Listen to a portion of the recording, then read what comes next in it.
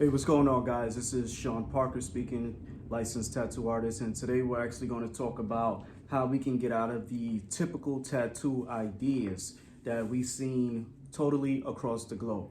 Definitely from Brooklyn, New York, and been tattooing here for close to 15 years. So let's get straight to the point.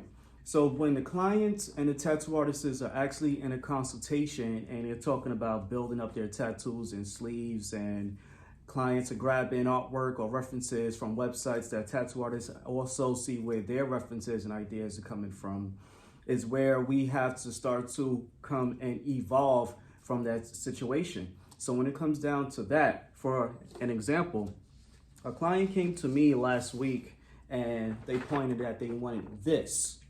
This was the tattoo idea. Even though this was done the next day from 5 tattoo studios in different locations. So even though this is a beautiful piece, I'm not knocking a piece. I never knock anybody's work. This is not a promotion for anybody else's style or detail or whatever the case may be and what this video is performing. We're talking about references. This is done all the time, right? So this piece was done in 5 different shops. That means it was all done within that proximity of maybe 24 to 48 hours, whether the tattoo artist did it yesterday and then posted it today, or they showed the stencil this morning and they posted later on in the evening. So when it comes down to that, I told the client, I said, listen, let's do something different. Let's evolve, because how can you go to a great tattoo artist that actually has bright ideas, but their same amount of postings is the same thing what every other shop is doing within a 5 to 10 to 20 block of maybe the whole state radius, right?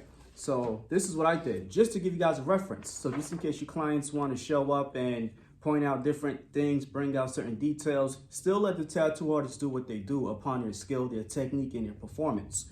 So I took this tattoo reference right there, and I zoomed in and put it right here. So my idea would be like, hey, I love that style, but let me show you what I can do so we can make this a little bit better.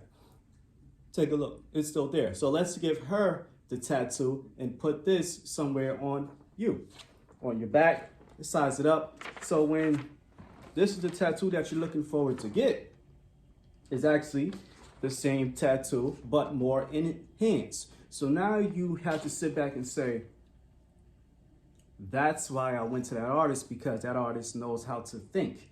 I went to that tattoo artist because that tattoo artist do their thing. Not because with this time, people come into the tattoo industry as a tattoo artist because they see there's a lot of money being made. They forget that they still have to think that what you're doing on people's skin is a permanent situation. So once you come down and you talk to the clients, when you come down, once you come down from your mindset of ideas and you have to bring it ground level to speak with the client, this is what we can do, ma'am or sir. This is the style that I can perform. The tattoo artist has now turned into a permanent fashion tattoo designer. So like I said from before, and like I talk to my clients or through a consultation, when you come out the shower, when you walk out of the building, any of those things, does that tattoo look very well? Is it backwards or whatever? Is it nicely done? Are we doing it in sessions? Is this what you want? And even if your clients have to take time to give it another 2 to 3 months to reschedule to make sure the work is perfect, also make sure that the artwork is being completed. Never step out of your way for a whole year and not communicate with the artist, and the artist has put the artwork on the side because that tattoo artist has also gotten busy with everybody else's tattoo. Like I tell my clients that I'm telling every other body's client and tattoo artists, let your clients know to give you time on building your ideas, your mindset, the scale, the structure, the form. Also, it's okay to tell them, listen, when I do everybody else's tattoo, be mindful that I'm just learning to improve better within my style and my technique. So when I get to yours, I know exactly what I'm going to do. Okay? And then once you tell them exactly what you're going to do,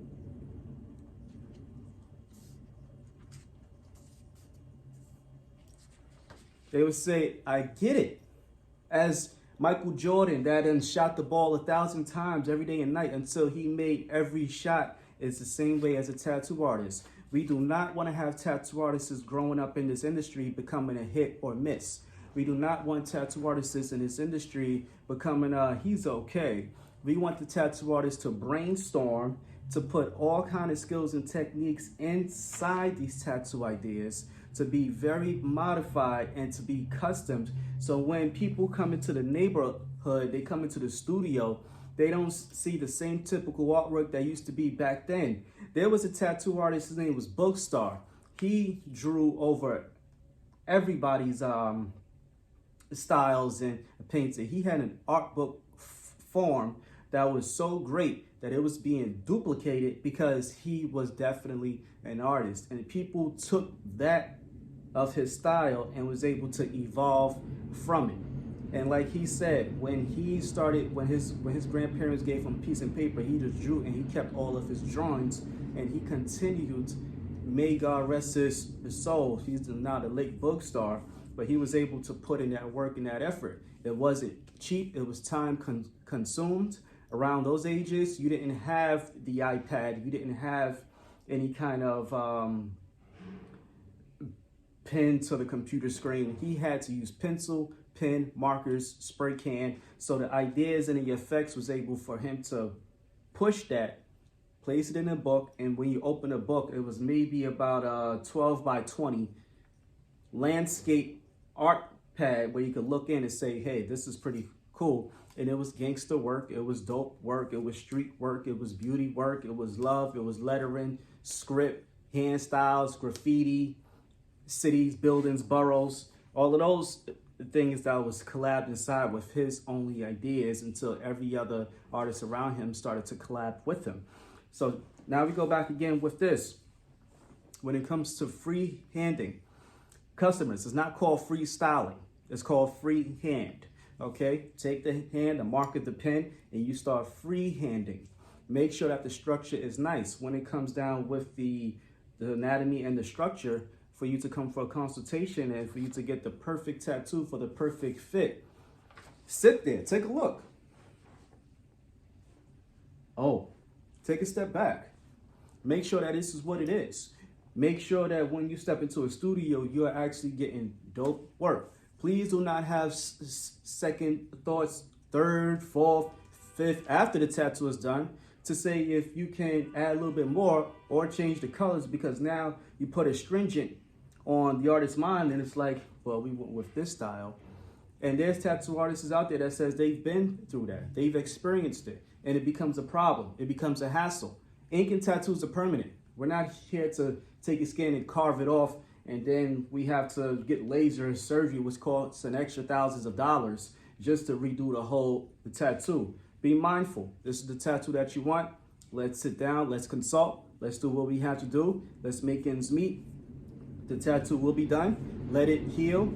If we're doing it in the winter time, make sure you come back before spring so we can get the final touch-ups in, if need be. And then you'll be able to have your tattoo beautifully done as long as you take care of your body, take care of your skin, eat healthy, sleep well, drink a lot of water, and you'll be on to have a beautiful tattoo for the rest of the years to come until, like we all say in the streets, until your casket drop. This is Shaun Parker, tattoo artist, and we're out here. Talk to you soon. Laters.